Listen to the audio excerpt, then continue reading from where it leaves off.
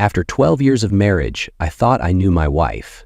I thought we were unshakable. But the day she sat me down and said, "I'm going on a date. It's not about you, it's about me," my world came crashing down. I gave her everything, my loyalty, my trust, my family, and she threw it all away for a cheap thrill. What she didn't expect was that her choices would have consequences, and I made sure she paid the price. But before we dive into the twists and turns of this story, let me know where you're watching from in the comments below. If you enjoy stories like this, don't forget to subscribe and hit the notification bell so you never miss what comes next. Dave and Laura's marriage seemed unshakable, built on 12 years of shared experiences, trust, and mutual support. From the outside, they appeared to have everything: a cozy home, 2 bright kids, and a rhythm to their lives that spoke of stability. They were partners in every sense, relying on unspoken promises to guide them through challenges. Trust and loyalty had been their foundation, unchallenged and unbroken. But cracks began to form in ways Dave couldn't ignore. Laura, once attentive and warm, had grown distant. Small moments of connection, shared laughs over dinner, spontaneous hugs, had faded into routine. At first, Dave dismissed the shift as the natural ebb and flow of a long marriage. Yet unease settled in his gut as Laura began spending more time away. After all, he kept the property associates list so his wife wouldn't have to give David his identity to prove he wasn't some low-life politician. But cracks appeared in the walls that were buried deep. The woman he thought he knew so well was slipping away, one unanswered question at a time. Dave first met Laura during their sophomore year of college. She wasn't just charming, she was magnetic. At every gathering, her laughter drew people in, her sharp wit disarming even the most cynical. Dave, a quiet and steady type, found himself mesmerized by her ease with the world. Their relationship unfolded quickly. Late-night coffee shop dates turned into weekends spent exploring the city. Laura's curiosity about life was infectious, and Dave often found himself doing things he never imagined, from impromptu road trips to salsa dancing lessons. Laura lit up his world, and he grounded hers. She loved his dependability, calling him her rock during the chaos of college life. Their love was intense, filled with promises of forever whispered under starlit skies. When they graduated, marriage felt like the natural next step. Dave believed they were unshakable, destined to face life's challenges together. Laura's recent behavior was subtle but jarring. She avoided Dave's gaze during conversations, her answers clipped and rehearsed. Her phone, once casually left on the kitchen counter, was now a constant companion, buzzing frequently, always tilted away when Dave tried to glance at it. Dave, struggling to reconcile her behavior with the woman he married, took action. One quiet evening, while Laura was in the shower, he stood at the counter, staring at her phone. His hand trembled slightly as he picked it up, his breath shallow. He wasn't proud of invading her privacy, but the knot in his stomach demanded answers.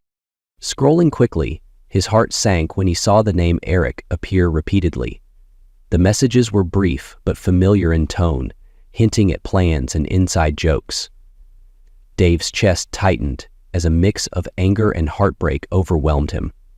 He set the phone down just as he heard the shower stop, his mind racing with what to do next. Dave first noticed the shift in Laura's demeanor during a quiet Saturday evening. She sat across from him on the couch, scrolling endlessly through her phone. The glow of the screen cast shadows across her face, and she was smiling. A soft, private smile that Dave hadn't seen in months. "Something funny?" he asked, trying to sound casual. Laura barely looked up. "Just a meme, you wouldn't get it," she said. The dismissiveness stung more than he cared to admit. Laura had always been the first to share a laugh, to include him in her little moments of joy. Now, her laughter felt like a secret, one he wasn't a part of. At first, Dave dismissed it. Maybe she was stressed from work, he thought. Everyone goes through phases, but as the weeks passed, the changes became harder to ignore. Laura started going out more. Work dinners or girls' nights she hadn't mentioned before. She'd leave the house dressed more carefully than usual, her perfume lingering in the air long after she was gone. One evening, as she was getting ready to leave, Dave leaned against the bedroom doorframe, watching her adjust her earrings. "You've been busy lately," he said, his tone light but probing. She glanced at him through the mirror, her expression unreadable. "Is that a problem?" "No, just unusual." She turned to face him, her arms crossed. "Dave, not everything needs to be a big deal." Her tone was sharp, defensive, and she walked past him without waiting for a response. Dave's unease grew, a constant whisper in the back of his mind that refused to be silenced. One night, when Laura's girls' night extended well past midnight, he sat in the living room, staring at the clock. The kids were asleep, and the house was eerily silent. He glanced at her phone, left carelessly on the kitchen counter, and hesitated. He wasn't the type to snoop, but something about her recent behavior felt wrong. Heart pounding, he unlocked the phone and scrolled through her messages. Most were mundane, but then he saw it. Texts from a number saved as Eric. The conversation wasn't overtly romantic, but it was intimate enough to set his heart racing. "Can't wait to see you," one message read. Another simply said, "Tonight was amazing." The sound of the garage doors startled him. He quickly placed the phone back where he'd found it and sat down at the kitchen table, pretending to sip from a mug. Laura walked in, her cheeks flushed, and stopped when she saw him. "You're still up?" she asked, feigning nonchalance. "Couldn't sleep," Dave replied, studying her face. She avoided his gaze, heading straight for the sink to rinse out her glass. "Long night?" "Yeah," she said, keeping her back to him. "Just tired." But her tone and her body language screamed a different truth. Dave sat there, silent but resolute, knowing this wasn't something he could ignore any longer. The woman he once trusted implicitly was hiding something, and he was determined to uncover the truth. It was a quiet evening, and the faint sound of rain tapping against the windows filled the silence. Dave was clearing the dinner table, stacking plates, while Laura sat unusually still, her hands clasped tightly around her wine glass. She hadn't touched her food much, and Dave could feel the tension radiating from her. When he returned from the kitchen, she was staring into her glass, swirling the wine absent-mindedly. "We need to talk," she said, her voice calm but distant. Dave froze, the plate in his hand hovering over the table. He knew those words never led to anything good. Placing the dish down, he sat across from her, his stomach knotting. "What's on your mind?" Laura took a deep breath and finally looked at him. Her gaze wasn't soft or apologetic. It was steely, almost defiant. "I've been feeling restless," she began, choosing her words carefully. "Our life. It's just so predictable. Every day feels the same." Dave blinked, taken aback. "Restless?" he repeated, the word foreign and heavy in his mouth. "What does that even mean?" Laura sighed, leaning back in her chair.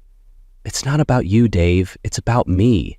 I need something different, something exciting." The words hung in the air, suffocating. Dave felt his heart sink, but he forced himself to stay calm. "Okay," he said slowly. "What are you saying?" Her eyes flickered away, unable to hold his gaze. She swirled her glass again, the sound of liquid moving inside filling the silence. Then, with a casualness that made his chest tighten, she said, "I've decided I'm going to go on a date." Dave's chair scraped against the floor as he stood, his body trembling. "You're joking," he said. His voice strained, trying to suppress the disbelief coursing through him. "I'm not," she replied flatly, still not meeting his eyes. "It's just for the experience. Don't overreact." "Overreact?" His voice rose and he stepped closer to her. "You're my wife, Laura. We made vows, built a family together. How could you even think this is okay?" Laura finally looked up, her expression a mix of guilt and irritation. "Dave, you don't get it. This isn't about you. I've felt trapped for so long, and I need this for myself." "Trapped?" He stared at her, his hands clenched into fists at his sides. "What about me? What about the kids? You think you could just waltz out of our marriage whenever it suits you and come back like nothing happened? I'm your son, since no one else will have me." She shrugged, her indifference cutting deeper than any shout could have. "I'll make it up to you later. You'll see." Dave let out a bitter laugh, running a hand through his hair as he paced the room. "You're unbelievable. You think our marriage, our family, is something you can hit pause on for a cheap thrill?" Laura stood, setting her wineglass down with deliberate care. "I don't expect you to understand, but I need this. You can either deal with it or not. That's up to you." "Laura," he said, his voice trembling with anger and heartbreak, "you're making the biggest mistake of your life." She smirked, a cold and distant look in her eyes, and walked out of the room without another word. Left standing in the silence, Dave felt a storm of emotions swirling inside him. Anger, betrayal, heartbreak. They were all there, crashing against one another. But beneath the pain was something new, resolve. If Laura thought he would sit idly by while she tore their family apart, she was wrong. He sat down, hands trembling, and began writing everything he could remember. Her words, her behavior, her dismissive tone. She wanted to rewrite their story, but Dave vowed to reclaim control of the next chapter. Dave sat in the dim light of the living room, his hands gripping the edge of the coffee table as Laura's words replayed in his mind. "I need this for myself." The phrase echoed like a taunt, each syllable slicing deeper into him. He looked down at his hands, trembling with a mix of anger and disbelief. The woman he had built his life with, shared dreams with, was now a stranger sitting across from him, casually unraveling everything they had worked for. He stood abruptly, unable to sit still under the weight of his emotions. He paced the room, the air too thick to breathe. Anger burned in his chest, but beneath it was a raw, hollow ache, a wound that refused to close. He clenched his fists, desperate to control the storm raging inside him. The house was eerily silent, the only sound coming from the faint hum of the refrigerator. It used to feel like a sanctuary, a place of love and laughter. Now it felt suffocating, a constant reminder of Laura's betrayal. Dave's gaze fell on her phone, still lying on the kitchen counter where she had left it. His heart raced as he approached it, hesitation warring with his growing need for answers. He picked it up, his fingers hovering over the screen. Was this who I've become? Someone who needs to spy on his own wife? But then he remembered her cold, dismissive tone, her refusal to meet his eyes. The memory fueled his resolve. He unlocked the phone and began scrolling through her messages. Most were harmless, mundane exchanges with coworkers or friends. But then he saw it. Eric's name again. The messages weren't graphic, but they were enough. Vague plans, flirtatious jokes, and the kind of lighthearted banter he hadn't shared with Laura in years. Each word felt like a slap, confirming what he had been too afraid to admit. Dave set the phone down, his hands gripping the counter to steady himself. His mind raced, shifting from pain to anger, and finally to determination. This wasn't just about betrayal anymore. He wouldn't let Laura's decisions destroy the life they had built. He spent the rest of the night gathering what he could: bank statements, calendar entries, anything that might give him clarity. Or ammunition. The sound of Laura's laugh echoed faintly in his memory, a cruel reminder of what had once been. By the time the sun began to rise, Dave had made up his mind. He wasn't going to sit back and watch his world crumble. If Laura wanted to play games, he would make sure she understood the consequences. This wasn't just about their marriage anymore. It was about reclaiming control of his life, for himself and for his kids. Dave sat at the dining table, the early morning light casting long shadows across the room. His laptop hummed softly as he opened the shared bank account he and Laura had maintained for years. His heart pounded as he scrolled through the transactions, his eyes scanning for anything out of the ordinary. It didn't take long to spot the discrepancies. Expensive dinners at restaurants he'd never heard of, purchases from boutique stores that Laura had never mentioned, a spa visit just last week, another thing she had carefully omitted from their conversations. Each line item felt like a crack forming in the foundation of their already crumbling marriage. Dave leaned back in his chair, his jaw tightening. He wanted to dismiss it, to rationalize the spending as harmless, but the pit in his stomach told him otherwise. The financial anomalies only deepened his resolve. That afternoon, while Laura was out running errands, he turned his attention to her phone. He had watched her guard it like a lifeline, always tilting the screen away from him, quickly locking it when he walked into the room. But today, she'd left it on the counter. His hands trembled as he picked it up, the weight of his suspicions pressing down on him. Unlocking it felt like crossing an unspoken line. But he reminded himself of Laura's own betrayal. He navigated to her messages, scrolling past the usual threads, until one name stopped him cold. Eric. The messages weren't explicit, but they were damning. Looking forward to seeing you again. Last night was exactly what I needed. Dave's breath caught in his throat. His fingers hovered over the screen as if the words themselves might burn him. This wasn't just suspicion anymore.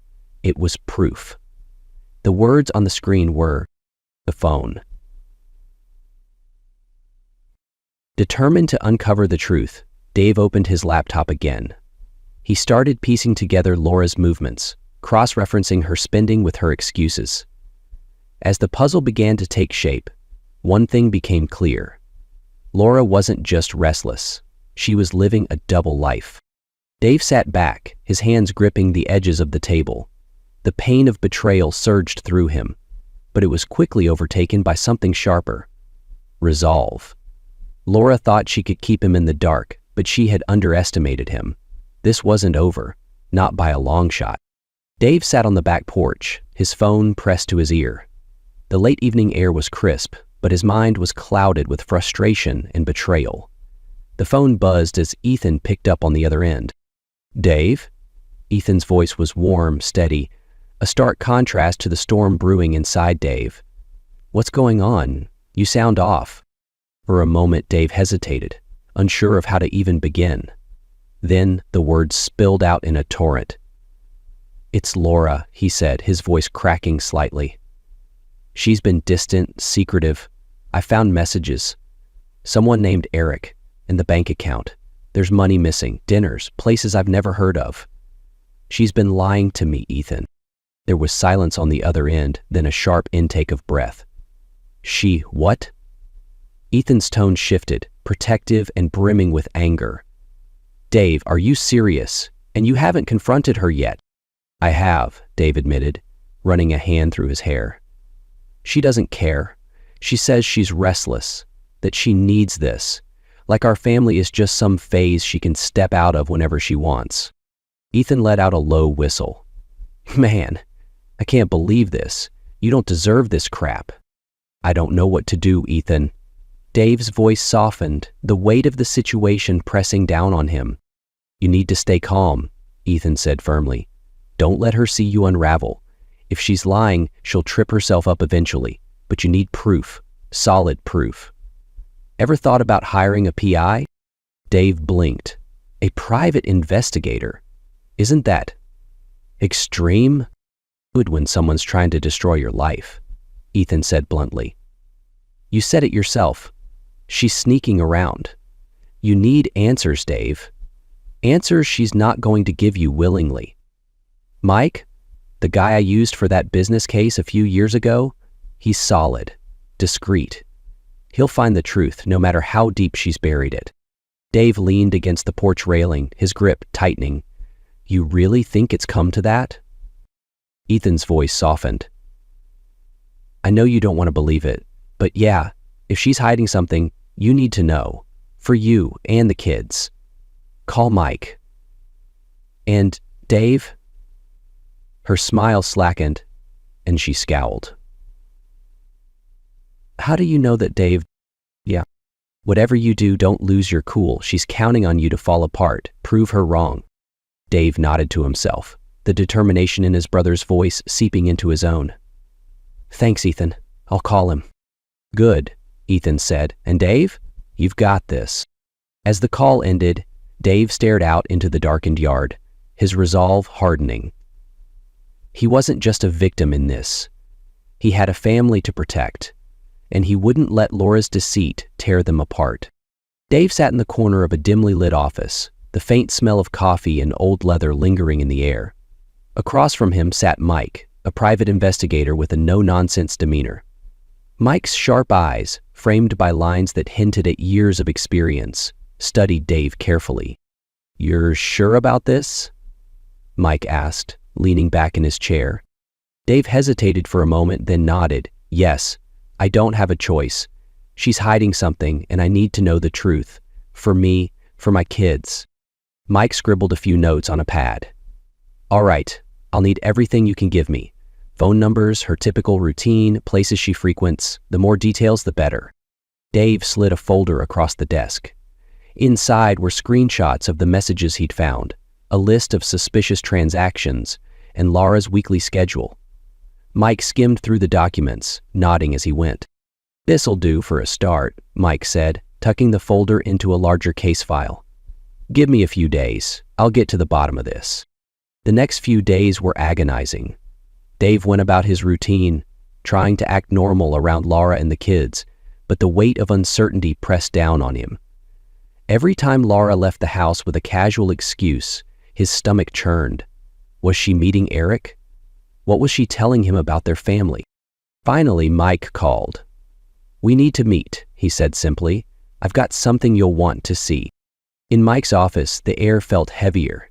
Dave's heart raced as Mike handed him a folder. Inside were clear, undeniable photos.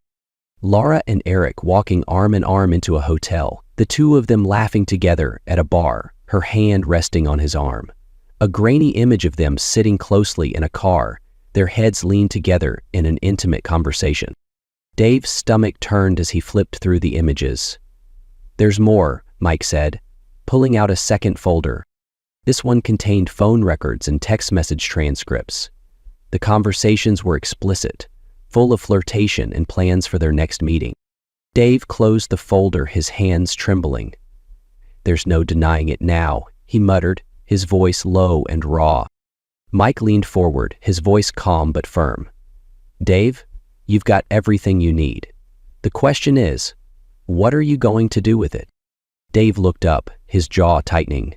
"I'm going to make sure she owns every piece of this mess she's created. It's time for her to face the consequences." Mike nodded. "Good. Let me know if you need anything else. But Dave, stay smart. Don't let anger cloud your next move." As Dave left the office, the weight of the evidence in his hands was matched only by the resolve in his heart. Laura had made her choices, and now it was his turn to act. Dave sat at the kitchen table late into the night. The house silent except for the faint hum of the refrigerator. Spread before him were the contents of the folders Mike had handed him. Photos, financial statements, and phone records. Each piece of evidence was like a dagger, cutting through the layers of denial he had tried to maintain. He picked up the financial statements first, his eyes scanning the list of transactions, lavish dinners, boutique clothing stores, and a hotel reservation. Dave clenched his jaw, the betrayal twisting in his chest. He thought back to Laura's excuses, work meetings, catching up with friends, lies, all of them. The photos were worse. He had stared at one earlier, trying to convince himself it wasn't as bad as it seemed, but it was undeniable. Laura, dressed in a way she never did for him anymore, laughing with Eric as they walked into a hotel. Another showed her leaning into him at a bar, her hand on his arm. Her expression was one Dave hadn't seen in years, unburdened, carefree. Dave's hands trembled as he placed the photos down, his heart pounding with anger and heartbreak. He couldn't ignore the texts any longer. Although he felt panicky and angry, he immediately responded to the texts by praying for their success. Mike had extracted snippets of Laura's conversations with Eric. Dave read them one by one, each word cutting deeper. "Last night was amazing. Can't wait to see you again." You make me feel alive in a way I haven't felt in years. Dave closed the folder, his fists tightening. He had spent 12 years building a life with Laura, sacrificing, supporting her, trusting her. And this was how she repaid him? She smiled as she grabbed the folder and put it on her desk. "You're?" she asked. He turned to her. He heard her footsteps approaching from upstairs, the familiar creak of the staircase. Quickly, he gathered the evidence into a pile and slid it into a drawer. Laura appeared in the drawer, her hair slightly disheveled. "You're still up?" she asked, leaning against the doorframe. "Yeah," Dave said, forcing his voice to stay calm. "Just going over some bills." She avoided his gaze, her fingers fidgeting with the hem of her shirt. "Don't stay up too late." She turned and walked away without another word. Dave exhaled, his resolve hardening. He had all the proof he needed now. The woman who once promised him loyalty had betrayed him in the worst way, and there was no undoing the damage. For a moment, he allowed the sadness to wash over him, but it was quickly replaced by determination. If Laura wanted to rewrite their life story, he would make sure the truth was written in ink that couldn't be erased. The next morning, he called his lawyer Sarah. "I have everything," he said, his voice firm. "It's time to take the next step." Sarah's voice was calm but approving. "Good, send me what you have and we'll start preparing." Dave hung up and stared out the window. The storm was far from over, but now he wasn't just enduring it, he was ready to fight back. The tension in the house was palpable as Dave stood in the living room, the evidence folder clutched tightly in his hand. Laura entered, her expression casual, as if she hadn't just turned his world upside down. "We need to talk," Dave said, his voice low but firm. She glanced at him, raising an eyebrow. "Now?" "I'm exhausted, Dave." "Now," he repeated, his tone brooking no argument. Reluctantly, she sat on the couch, folding her arms. "All right. What's so urgent?" Dave placed the folder on the coffee table between them, opening it to reveal the photos, financial statements, and text message transcripts. "Explain this," he said, his voice trembling slightly, a mix of anger and heartbreak. Laura leaned forward, her eyes scanning the contents. Her face betrayed a flicker of shock before she quickly composed herself. "Have you been spying on me?" she asked, her tone accusatory, avoiding the question entirely. "Don't turn this on me," Dave shot back, his hands gripping the edge of the table. "You've been lying to me, sneaking around, meeting Eric. I have the proof, Laura. Just tell me the truth." She leaned back, crossing her arms tightly. "You're paranoid," she said, her voice dripping with disdain. "Always looking for something that isn't there. This is why I feel trapped, Dave. You don't trust me." "Don't twist this," Dave said, his voice rising slightly. "I trusted you for 12 years, and you've been lying to my face. You think I don't see the late nights, the phone calls, the excuses?" Laura rolled her eyes, standing up abruptly. "You're suffocating, Dave. That's the real problem. You've always been controlling, always needing to know where I am and what I'm doing. It's exhausting." Dave stood too, his frustration boiling over. "Don't you dare call this control. This is about respect, about honesty, something you clearly don't understand anymore." She smirked, a cold and dismissive gesture that made his blood boil. "Think what you want. You're overreacting, as usual. Eric is just a friend, and this," she gestured at the folder, "is pathetic." "Pathetic?" Dave's voice cracked with emotion. "What's pathetic is throwing away your family for this, for him. Do you even care about what this is doing to us? To the kids?" Her face hardened. "I don't have to explain myself to you," she snapped. "If you're so unhappy, do something about it." Dave stared at her, the finality of her words hitting him like a punch to the gut. She wasn't going to admit anything, wasn't going to apologize. She had chosen her path, and it didn't include him. Without another word, he closed the folder and walked away. He didn't yell, didn't plead. The time for that was over. In the quiet of his office, Dave called Sarah. "It's done," he said, his voice steadier than he expected. "She's not going to stop. We need to move forward," Sarah said. Sarah's voice was calm and reassuring. "Good. We'll make sure she faces the consequences." Hanging up, Dave sat in the silence, his resolve hardening. Laura thought she could dismiss him, manipulate the situation, but she had underestimated him. He wasn't going to crumble. He was going to fight. And this time, he would be ready. Dave sat in Sarah's office, the weight of the evidence he had gathered pressing heavily on his shoulders. The room was pristine, with sleek furniture and framed degrees lining the walls, but its sterile calm did little to ease the storm in his mind. Across from him, Sarah flipped through the folders he'd brought, her sharp eyes scanning each page with practiced precision. "You've done your homework," she said, setting the folder down and folding her hands on the desk. "Photos, financial inconsistencies, texts. This is solid, but it's just the start." Dave leaned forward, his voice laced with frustration. "She's been lying to me for months, Sarah, sneaking around, taking money out of our accounts, and now she acts like I'm the one at fault. I need to protect my kids." "And we will," Sarah replied firmly. "The first step is filing for temporary custody.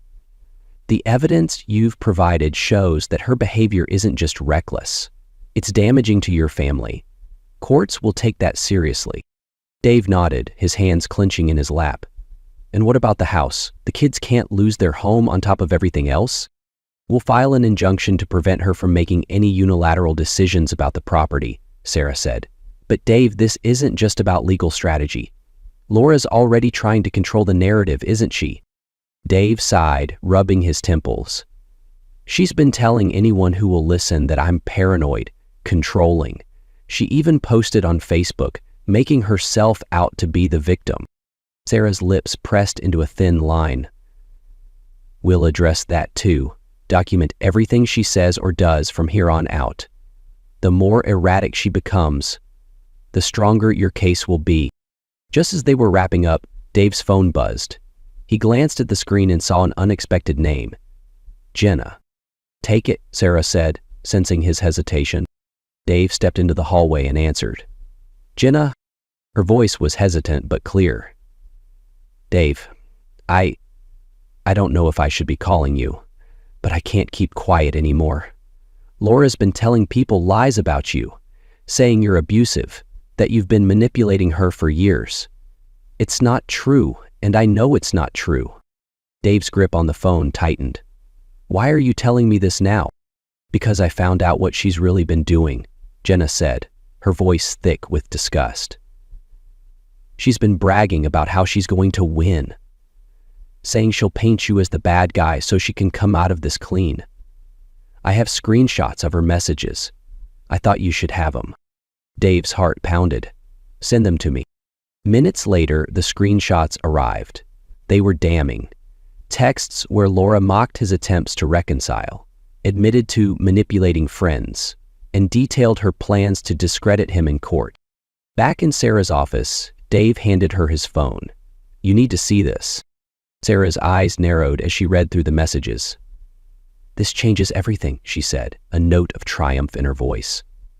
"Jenna's testimony combined with these screenshots adds a whole new layer to our case. Laura's not just being deceitful, she's actively trying to destroy your credibility. The court will not look kindly on this." For the first time in weeks, Dave felt a glimmer of hope. "So what's next?" Sarah smiled faintly, her confidence unshakable. "Now we make sure the truth comes out, in every painful detail. Laura wanted a fight? She's about to get one." As Dave left the office, the evidence in Sarah's capable hands, he felt the burden on his chest lighten ever so slightly. The path ahead would be brutal, but he wasn't fighting alone. And this time, he wouldn't let Laura control the story. This time, he was ready. Dave's phone buzzed incessantly, notifications piling up faster than he could swipe them away. Friends, acquaintances, even distant relatives were messaging him, their tones varying from concerned to outright accusatory. He finally opened Facebook, his stomach sinking as he read Laura's latest post. For years, I've endured manipulation and control. I stayed silent for the sake of my children, but I can't anymore. People need to know the truth. Abuse isn't always physical. It's the words, the cold stares, the isolation. I'm finally finding the courage to speak out. Below the post was a picture of Laura, her face tear-streaked and pained. The comments were a battlefield. Stay strong, Laura. You deserve better. This is so brave of you to share. But why post this publicly? Shouldn't this stay private? Dave sat in silence, his fist clenched as he read through the reactions. It was one thing for Laura to lie to his face, but to paint him as an abuser in front of the world? That was something else entirely. He stood abruptly, pacing the length of the living room. The kids were upstairs, oblivious to the storm raging online. He knew he couldn't afford to lose his composure, not in front of them. His mind raced, replaying every interaction with Laura. Had he ever done anything to warrant this? The answer came swiftly, no. Picking up his phone, he called Sarah. She's crossed a line, he said, his voice tight with anger. She's calling me abusive on Facebook. People are believing her. On the other end, Sarah's voice was calm, but sharp. This was predictable, Dave. It's classic deflection.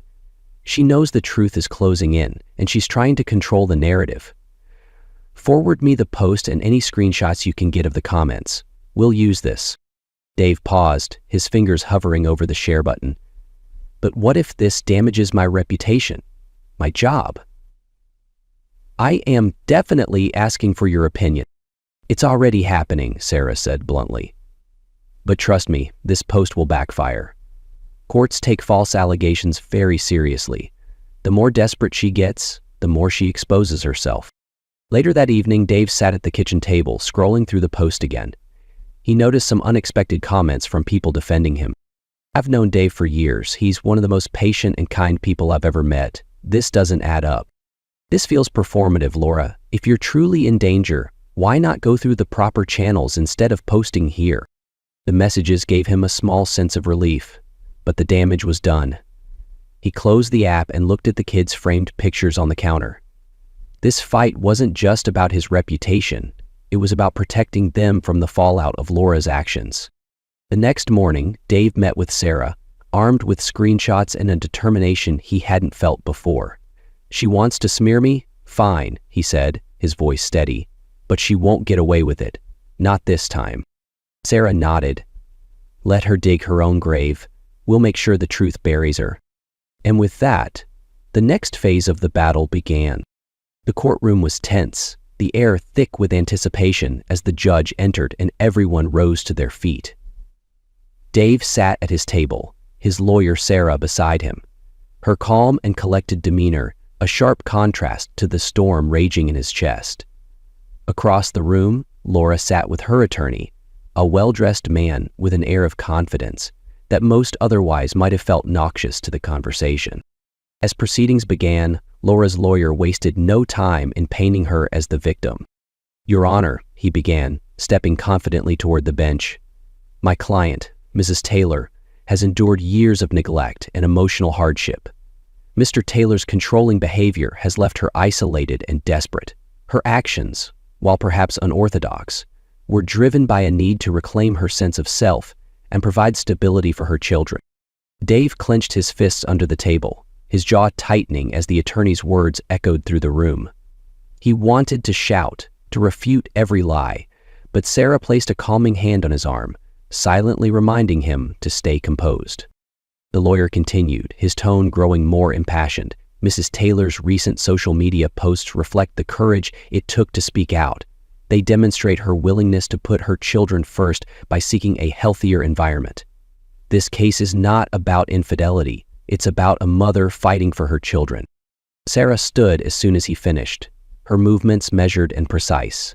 She approached the bench, her voice steady and firm. Your Honor, my client, Mr. Taylor, has been nothing but a devoted father and husband. The evidence will show that Mrs. Taylor's claims are not only baseless, but part of a calculated attempt to deflect from her own misconduct. She turned to the judge, holding up a thick folder. We have documented evidence of Mrs. Taylor's affair, financial irregularities, and, most troubling, a deliberate smear campaign designed to damage my client's reputation. This is not a case of a mother protecting her children. It is a case of a woman trying to avoid accountability. The judge nodded, motioning for Sarah to proceed. Sarah's voice sharpened as she began presenting the evidence.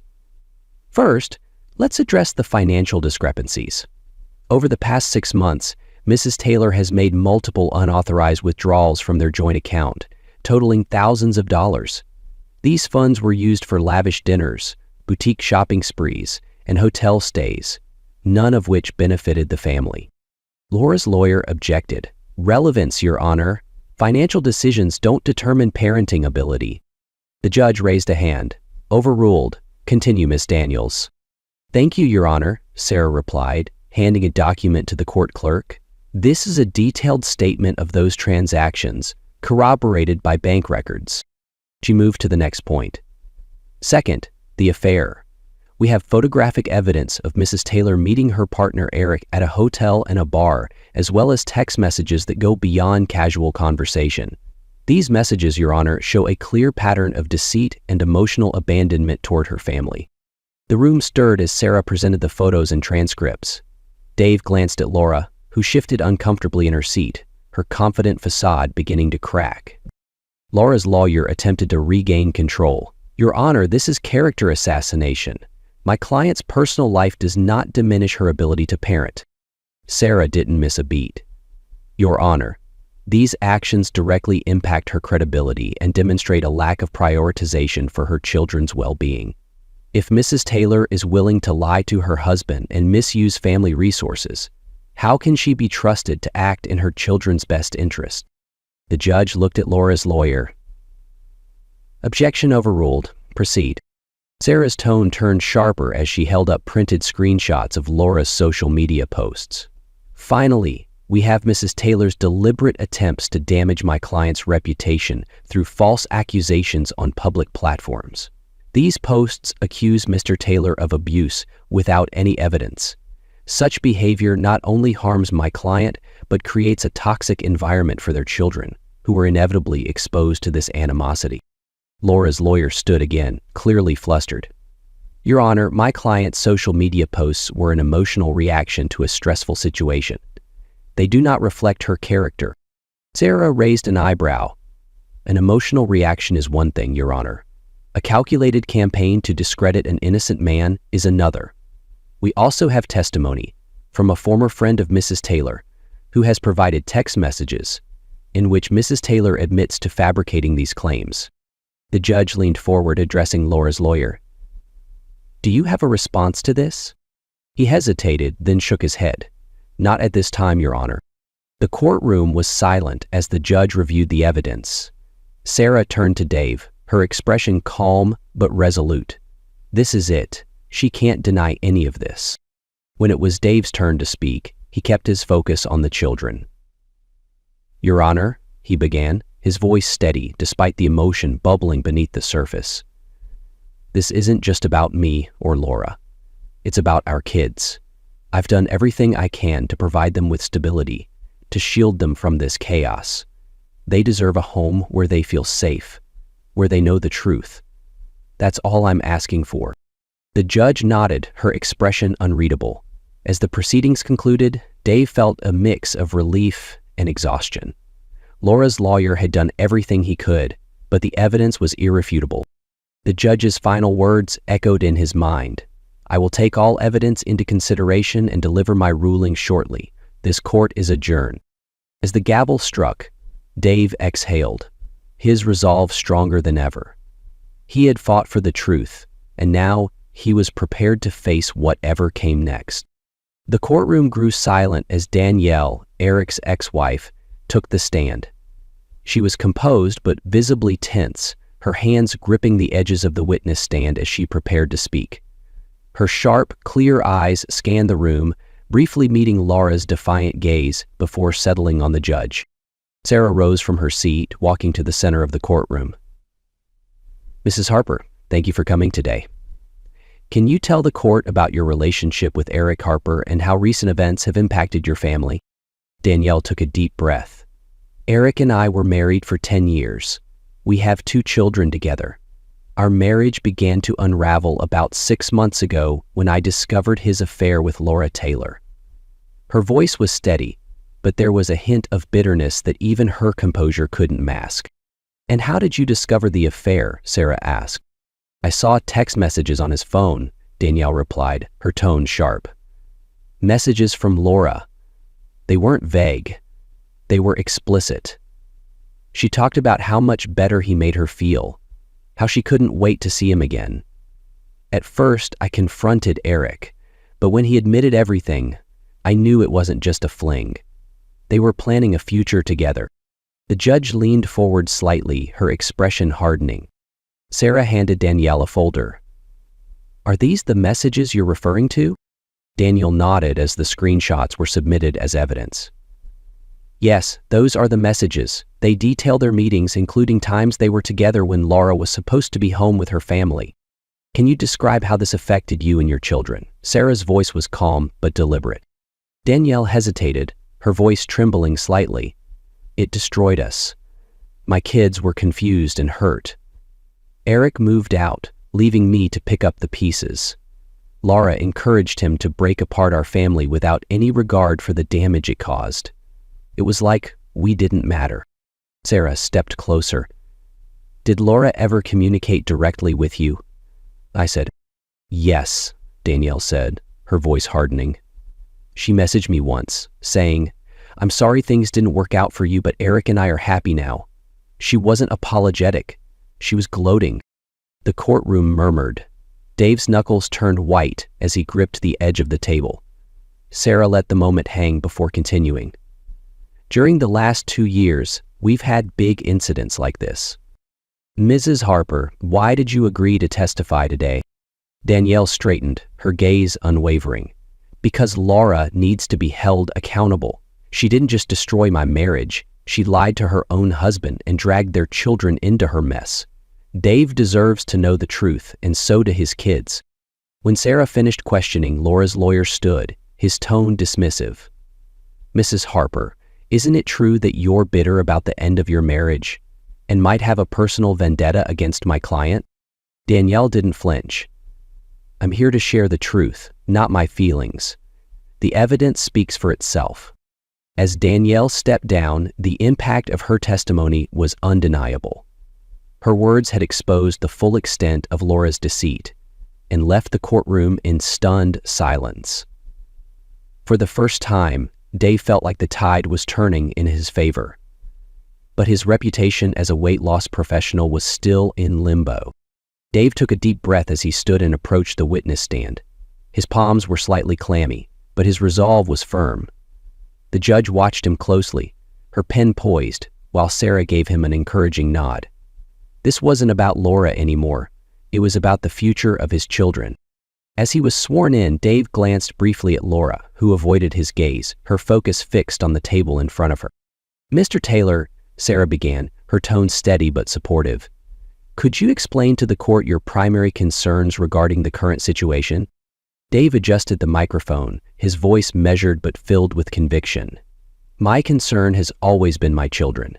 They've been caught in the middle of something they don't understand, and it's my responsibility to make sure they're safe and have a stable home. They need to feel loved and secure, and right now, that's not something Laura can provide. His voice tightened slightly as he continued. I'm not perfect, Your Honor, no parent is, but I've always put my kids first. I've been there for the late-night fevers, the school projects, and the scraped knees. They know they can count on me. Sarah nodded. How has Laura's recent behavior affected the children? Dave exhaled, the pain evident in his expression. They're confused. They've asked why Mommy isn't home as much, why she's angry.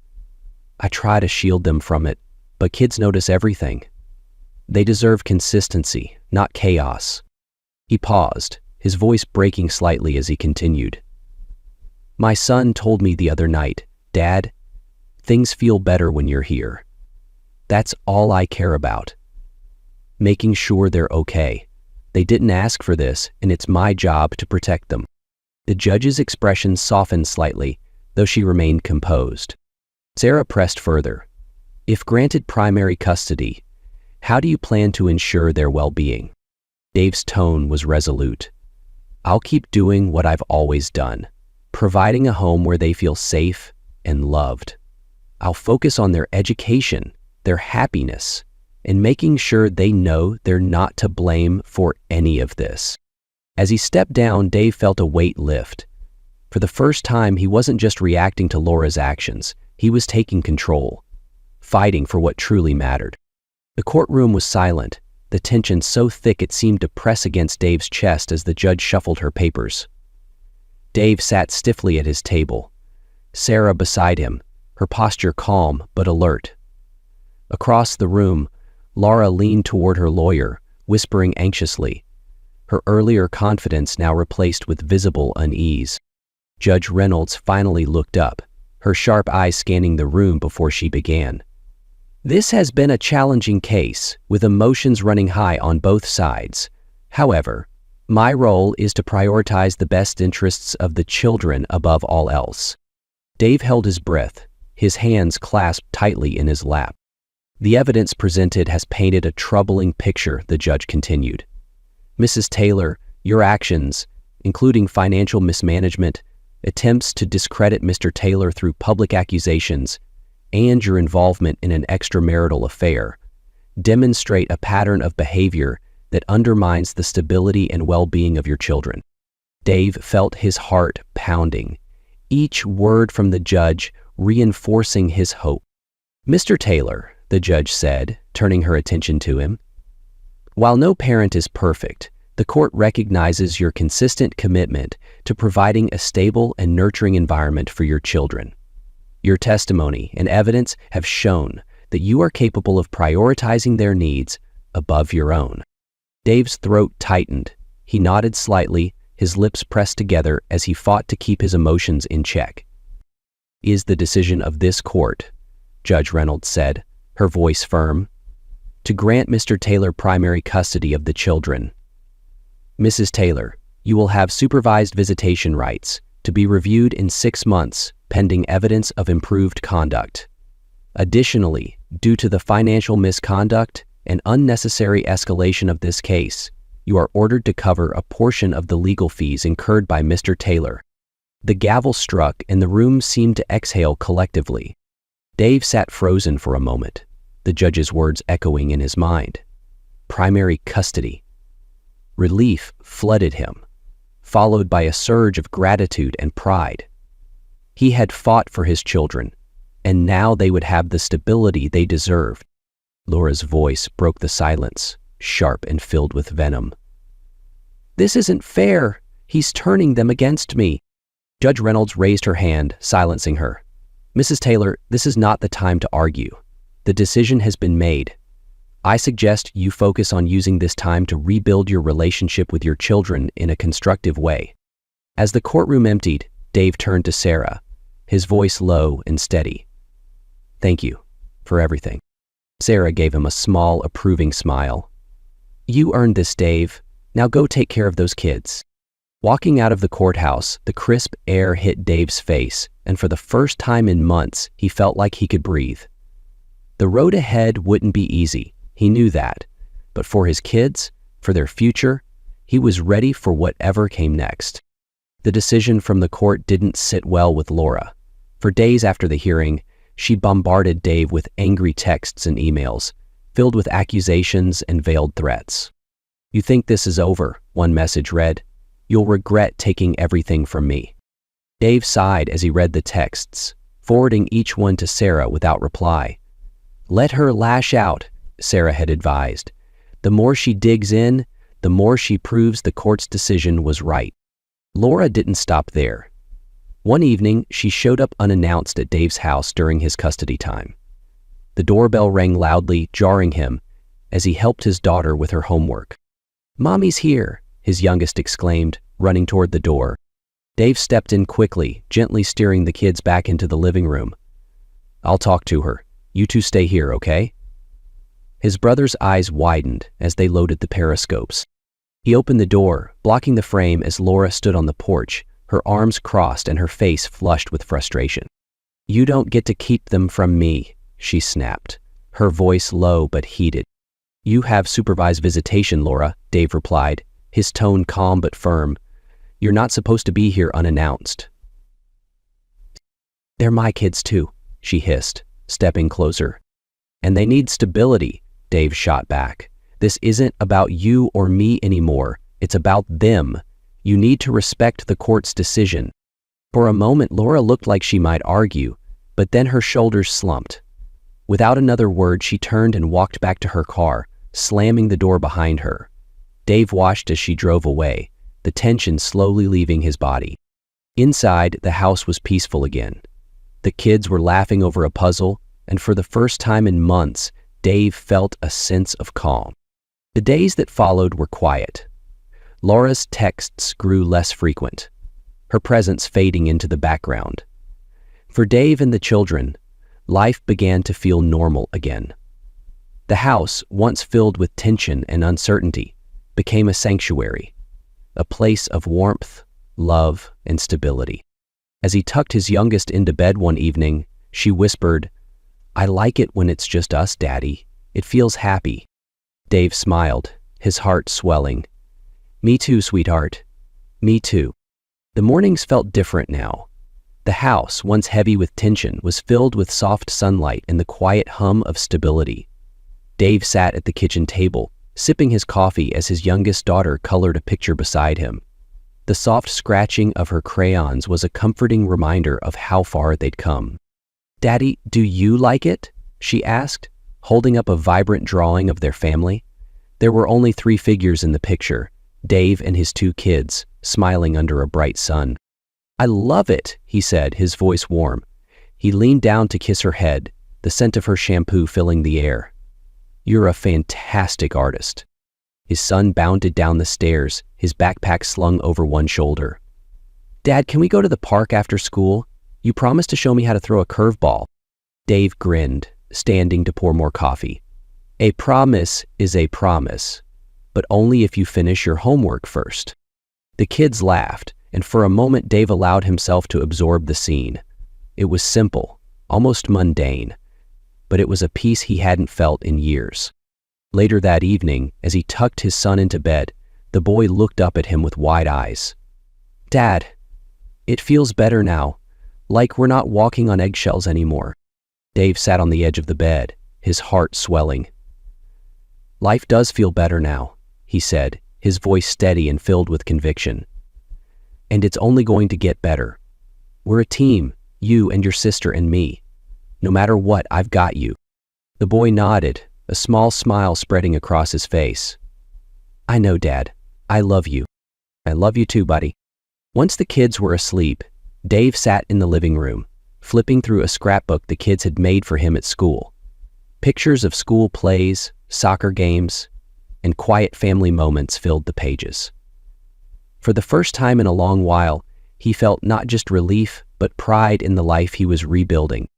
There were still challenges ahead, but Dave had found his footing.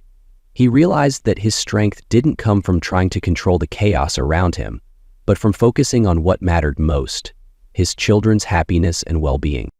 The road to this point had been painful and full of hard lessons, but Dave knew now that he wasn't just surviving, he was thriving. Together, he and his kids were building something new, something beautiful, and it was a future worth fighting for. Betrayal, as painful as it was, became the catalyst for Dave's transformation.